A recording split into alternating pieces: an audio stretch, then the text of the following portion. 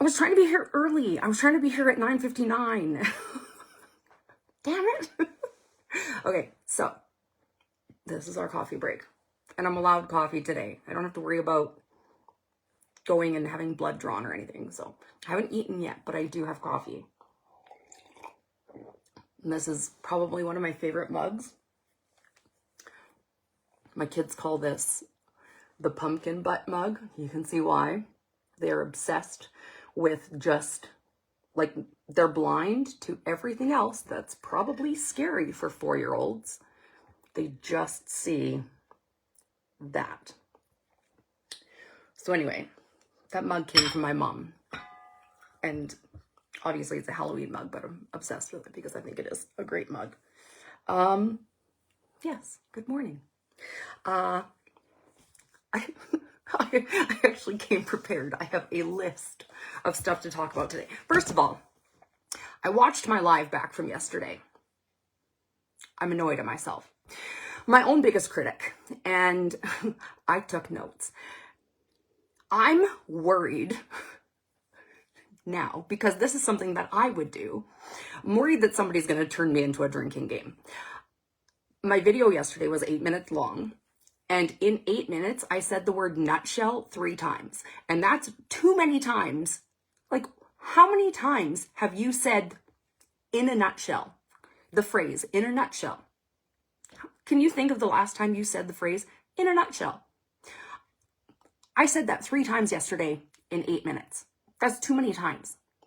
Slap my hand the next time I say that, okay? So my worry was that I was going to say too many times. So I was watching it back to see how many times I said and right away it was like, oh my gosh, Erin, you just said in a nutshell too many times. The ums were out the window. So I did watch it back and I said 12,000 times, but in a nutshell is going to be the one that gets me. Hold on, let me open my notes.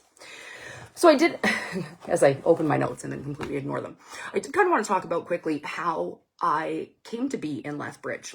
So it all started way back in the fall. It was Labor Day. Thanks, Ben. It was the Labor Day weekend of 2003. I was on vacation with a boyfriend at the time, actually in Banff, and I had got a call about coming for an interview, which actually was perfect because I was just in Banff. It's not like I had to come from Saskatchewan or anything. So I was in Banff, and the boss at, well, it was the River at the time, and had asked if I could come for an interview like that weekend, and I said, actually, yes, that's kind of perfect. So I came down for an interview.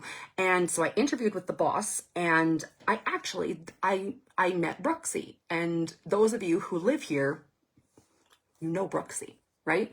And didn't cry yesterday. Probably gonna cry today. Don't have Kleenex in here. Brooksy, if you've ever met him, Brooksy is Lethbridge. Brooksy is the nicest human being you will ever meet. He is funny. He is determined. He is genuine. He is so smart. Beat Brooksy.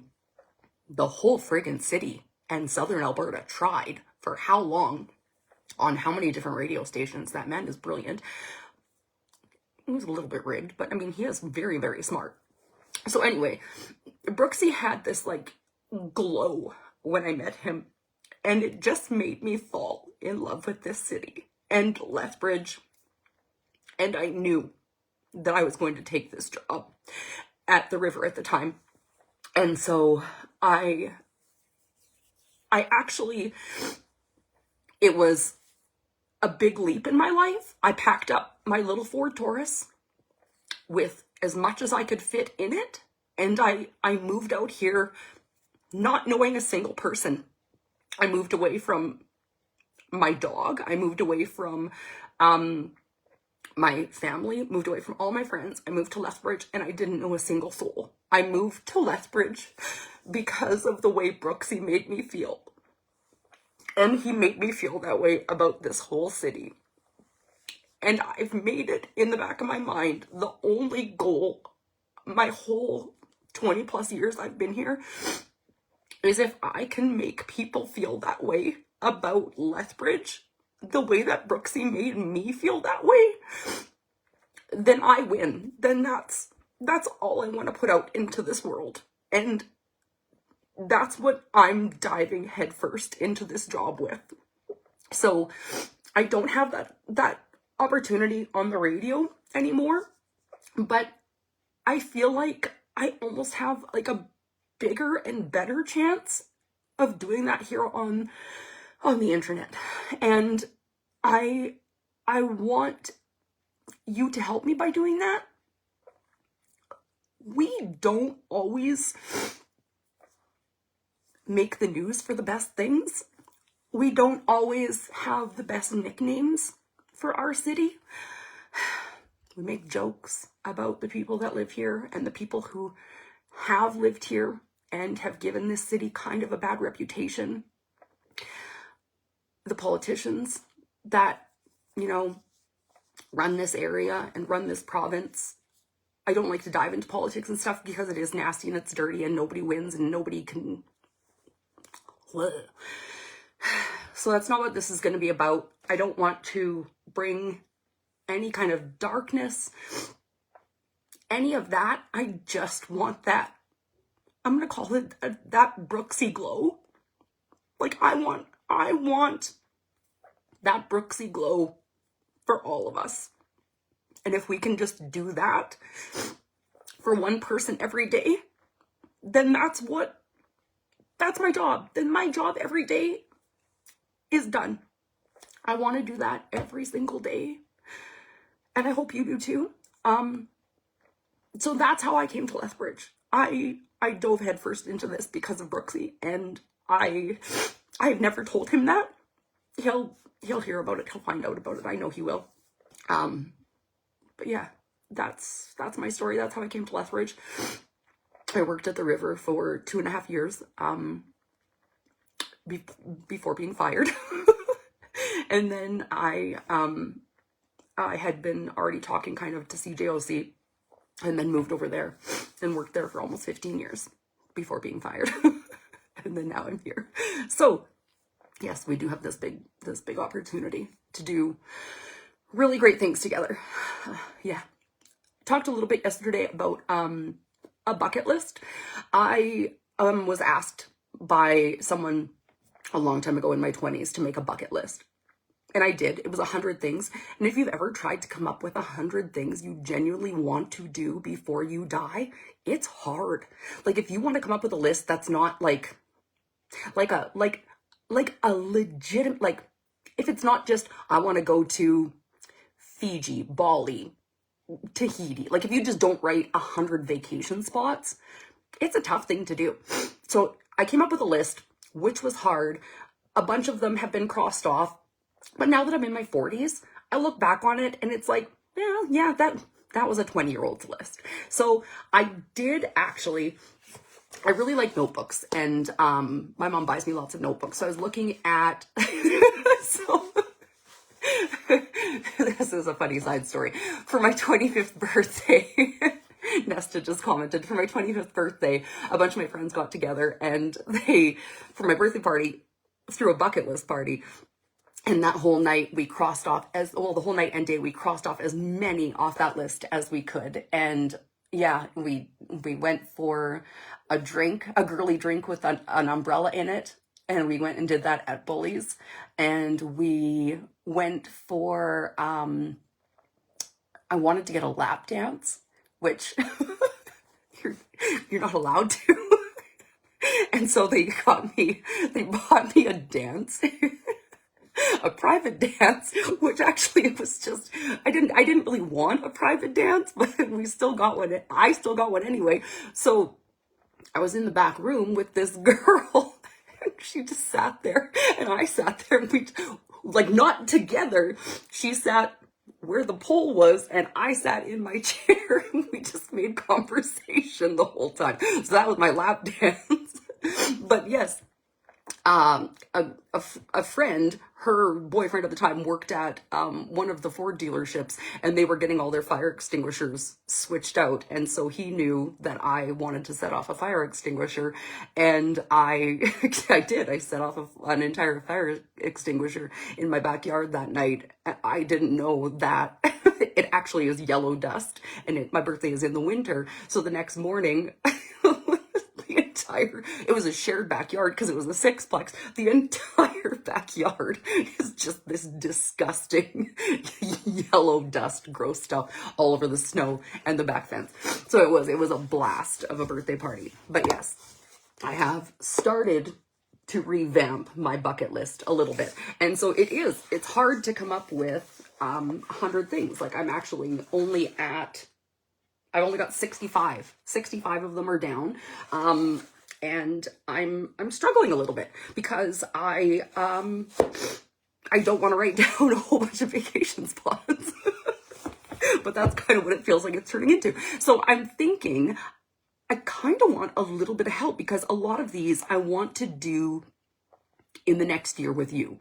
When I said yesterday the dump would be included, like I actually just want to go to the dump and see these new bees. They're not, I don't know that they're new. I don't remember how long the city said that they've been there, like a year or two. Sorry, I really should have went and got a Kleenex. But yes, these honey making bees out at the dump. Like I do really like bees. That's a whole story about me having twins. That's another time, another whatever. So anyway, yes, I do want to go to the dump. I don't know that that's like a bucket list thing. Put on my bucket list to go to the Lethbridge dump. Just go in my van someday and ask if I could just go in and go for a tour. But yeah, there are some bucket list things that I do want to go. I've only been to Waterton in the fall one time. And so that was one time right after I moved here because it was September. Drove down to Waterton for a quick, like there and back trip, was obsessed with how beautiful all the colors were, and turned back around and came home because we were poor time management, and I've never been able to go back in the fall again. I've only ever been there in the winter or the summer, and so I want to just see all those colors again because it was magical and it was beautiful.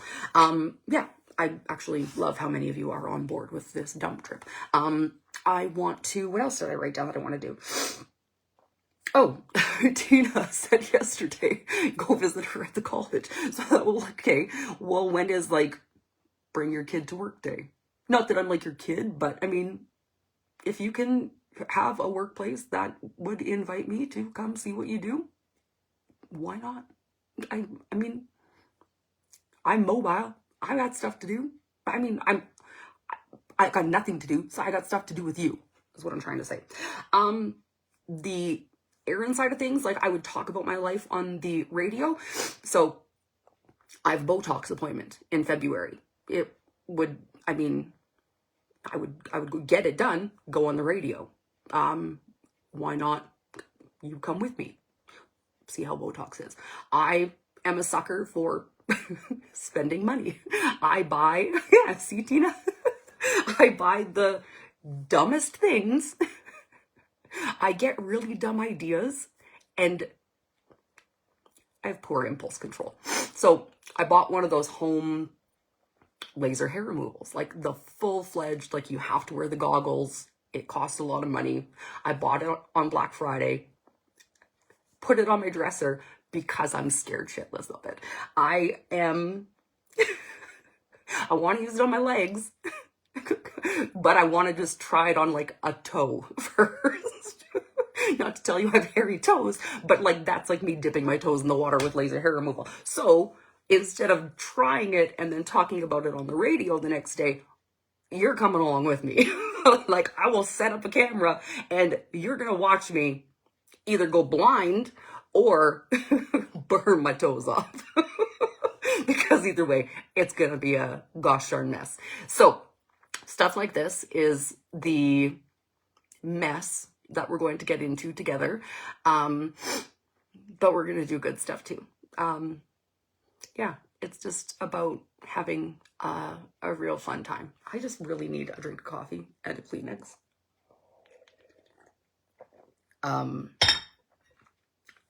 We in radio, we talked a lot about putting cameras in the, oh, that was a bad motion, putting cameras in the studio. And it was always tough because we weren't always in there. So like, what if you were watching, what would you watch?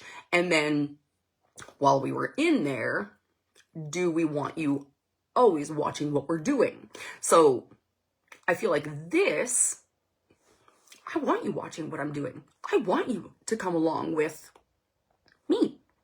Like, yeah, let's go do this dumb stuff together. Let's go live my dumb life. Like, my kids, I get them to school, I feed them, I bathe them, I read them books, they play on tablets, they watch TV, they do kid stuff. They live, they're alive, they're smart, they're fine. Mine's the little weird life in a box. And that's the part that we're going to live in together, if that makes sense. So yes, my kids are a little bit part of my life. You're not going to get full access to them. I hope you understand that. My dog, you get full access to that idiot because he follows me around. I do have YouTube and I do have TikTok. Everything is going to be the same as this. It's all just at the Erin Lucas. I do have like one of those, the link tree things. If you find it, it's in my Facebook somewhere. But it is also just, everything is at the Erin Lucas. And I just pretty much every video gets put on YouTube at the end of the day. So you can always find everything there. TikTok, that's different. TikTok, some weird stuff gets put there that doesn't make it everywhere else. TikTok is like the wild, wild west for Erin Lucas. Just watch out for that one if you follow me on TikTok. Twitter, that's more text based. Not going to find a lot of videos on there. Twitter gets a little lippy. Erin gets a little lippy on Twitter. So if you follow me on Twitter, just know that's what you're getting. I mean, Rachel Harder blocked me. I don't know why, but she did. So I said I didn't want to talk politics. And I honestly, I don't remember a time that I've ever tweeted to her, but I must have. She blocked me. Yeah. I mean, I've gone through all my notes. I just really today wanted to come back and have like a good sit down talk. Like, this is how I got to Lethbridge. I knew I couldn't get through this one without crying. There was no way there was going to be two in a row, especially talking about Brooksy, because like the feelings I have for that man, like, man, if Mrs. Brooksy wasn't there and Cody wasn't here, I mean, even if Cody was here, Mrs. Brooksy wasn't there, watch out world. Sorry, Cody.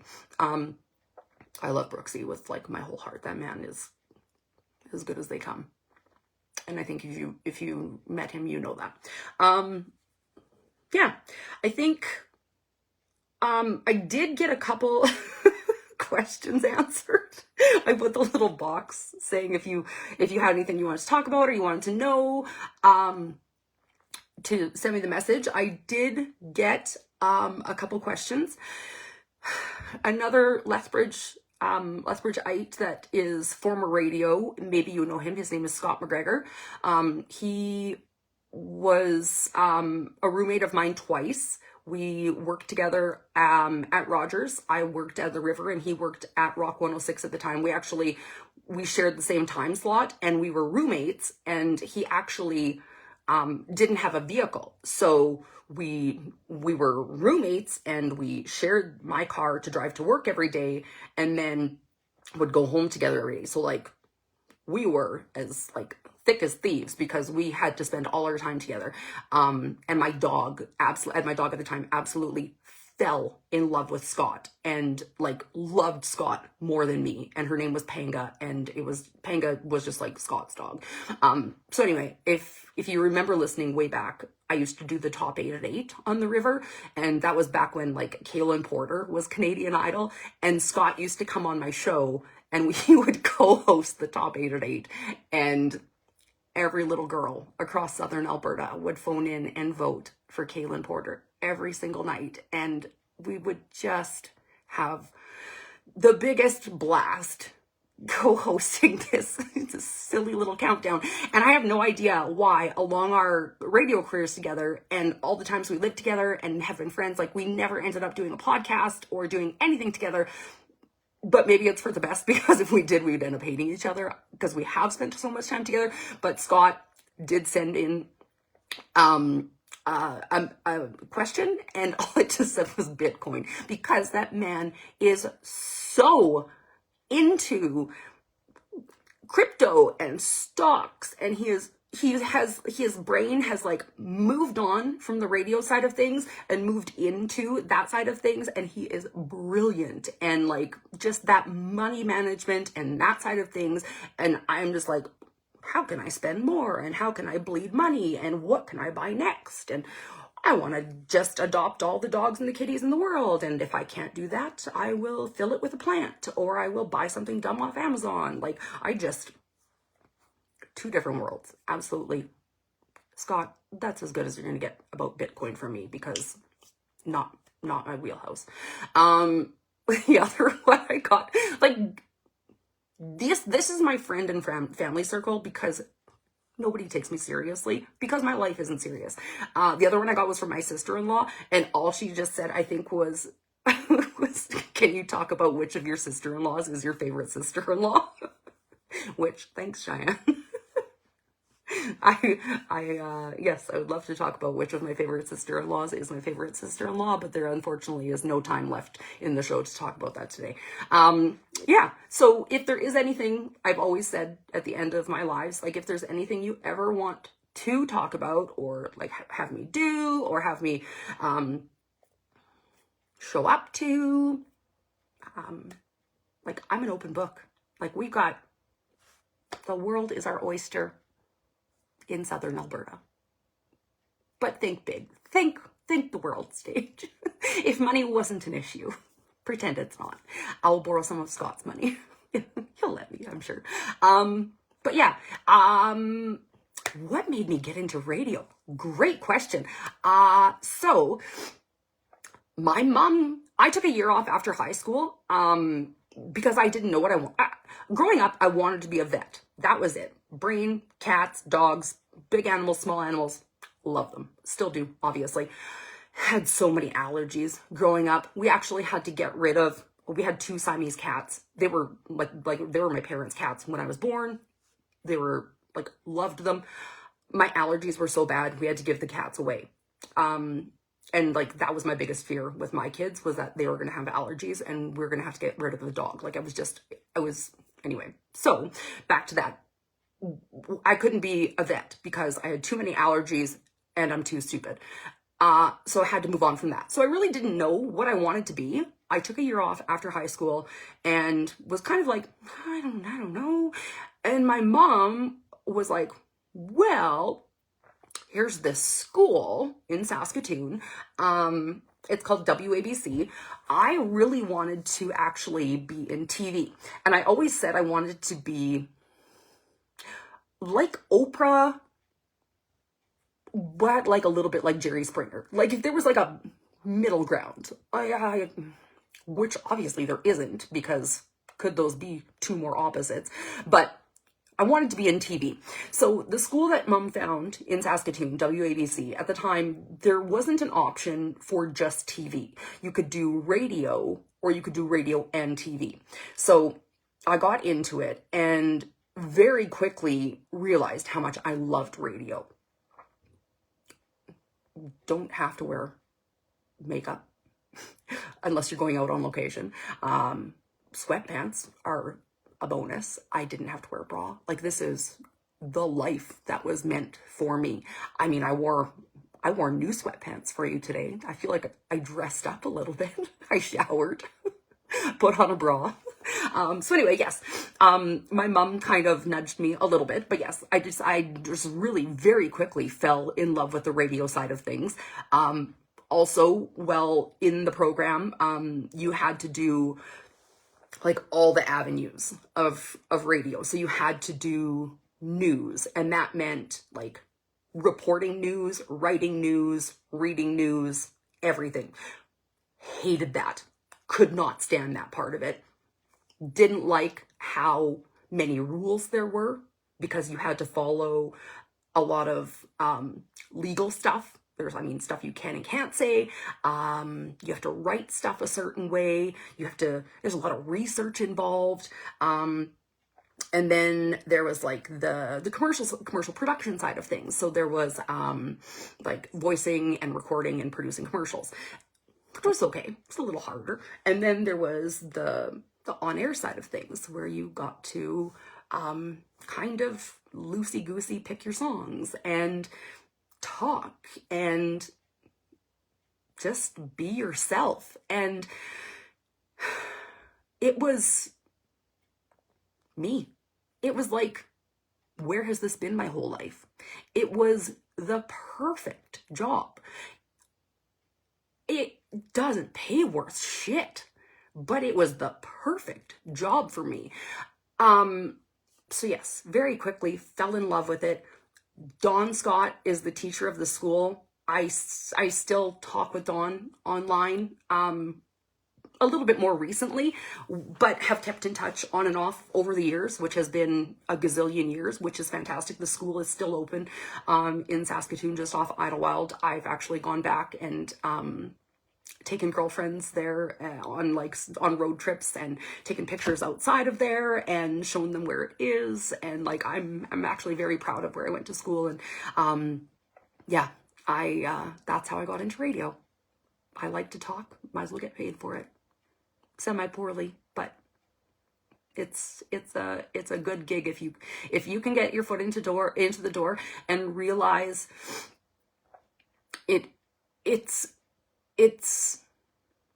it's not what it used to be. Radio is definitely different now. You wear a lot more hats. Like, it's not like you're not just an announcer. You're not just somebody doing news. You're not just somebody doing one job. You typically now are doing an announcer plus maybe, promotions. So you're in charge of all the contests, and then maybe you're in charge of all the social media. So you're doing a couple of other things. It tends to get a little bit more taxing. And so that was a little bit frustrating. But yeah, that's how I got into radio, and I do still love it. I do miss my job. I miss the people I worked with. I miss everything about it. But yeah, if I had the chance to go back to radio, there's things that I would change, and the industry would have to change, but it's a good time. Radio is fun. Yeah. I think that's it. I think that's it for me.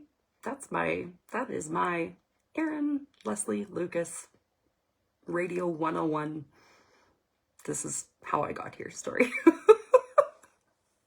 Has this been an okay coffee chat? I don't know. I feel like I was just, I don't know. I feel like I just kind of trailed off here at the end into La La Land a little bit.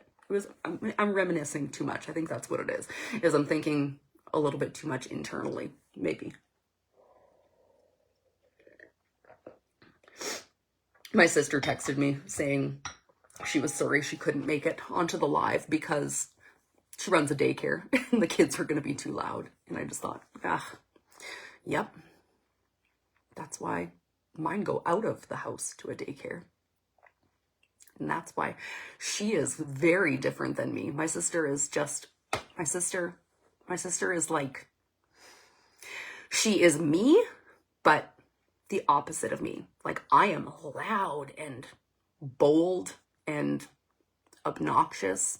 And my sister's name is Sean. Sean can be reserved and gentle and nice. And she's polite. Not to say I'm not polite, but like Sean, I'm about, I don't know, shoot first, ask questions later kind of. And my daughter is that way. My sister is not that way. My sister is a little bit more reserved and patient, and I am not. And so that's why she is able to run a daycare, and I ship mine off first thing in the morning because I need some alone time. Yeah. I'm not able to do this tomorrow. I have some stuff going on, but this has been very, very nice. It's been half an hour, and actually this has been very, very fun. I actually liked this. I will do this again.